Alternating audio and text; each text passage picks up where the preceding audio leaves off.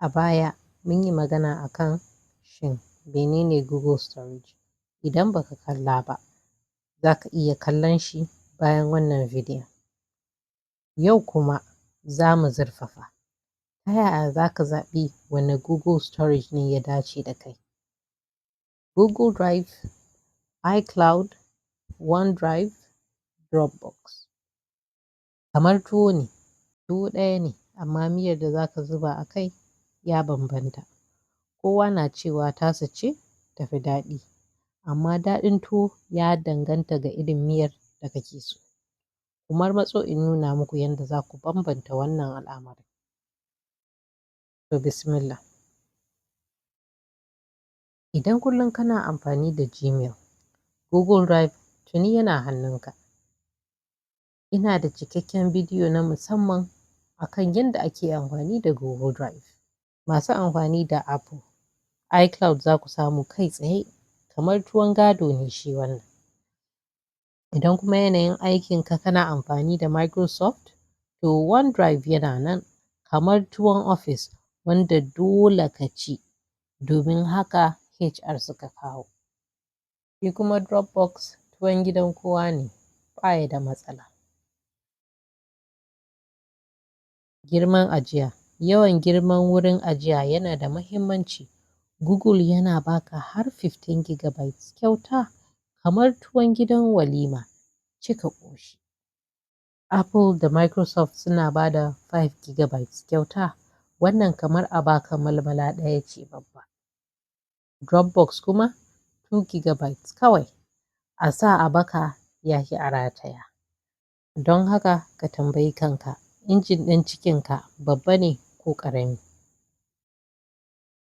Tsarin biya kamar ƙarin nama ne a tuwo. Dukkansu Google, Apple, Microsoft suna da tsare-tsaren biya, wasu ma har da na iyali. Idan kana amfani da shi sosai kai da 'yan uwanka, tsarin iyali zai fi muku sauƙi sosai. Yanzu bari mu tattauna kan jituwa, saboda tuwo tuwo ne amma akwai tuwon girma. Google Drive kamar tuwon da za ka iya haɗawa da kuka, taushe, agushi duk yana yin daɗi. Haka Google Drive yake, yana aiki da kusan kowane na'ura. iCloud mai zaɓi ne sosai, wannan tuwon girma ne, miyar Apple. Haka shi iCloud baya son Android kwata-kwata. OneDrive kamar tuwon da aka fi ci ne a kowane gida, an dafa shi da kyau amma ba a kowane biki za ka same shi ba. Haka ma OneDrive yake, ya fi dacewa da Windows. Dropbox wannan kamar tuwon leda ne, za ka iya kai shi ko'ina, yana da sauƙin rabawa kuma bai damu da inda za ka ci shi ba. Google Drive da OneDrive suna da kyau wajen raba bayanai da aiki tare, kamar babban tukunyar tuwo a gidan biki da kowa zai iya ci. iCloud yana ba da kariya sosai, kamar tuwon da aka dafa don iyali kawai.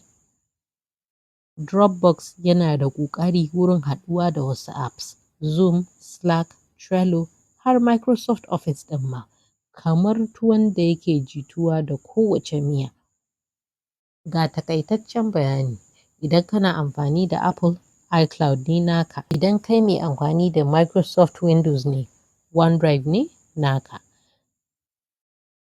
Ka yi la'akari da yawan wurin ajiyar da kake buƙata. Ka duba ko kana son yin aiki tare da wasu ko raba bayanai. Idan kana son sassauci, Google Drive ya fi. Kuma ina da videos na musamman akan Google Drive da zan bar muku a description box ɗin bidiyon nan. Idan kana son haɗawa da wasu apps daban-daban, Dropbox ne zaɓinka. Ka kuma duba tsare-tsaren kuɗi da suka fi dacewa da aljihunka. A ƙarshe, ba lallai ne ka gane wane tuwo ya fi daɗi ba, amma wane tuwo ne zai cika ma ciki.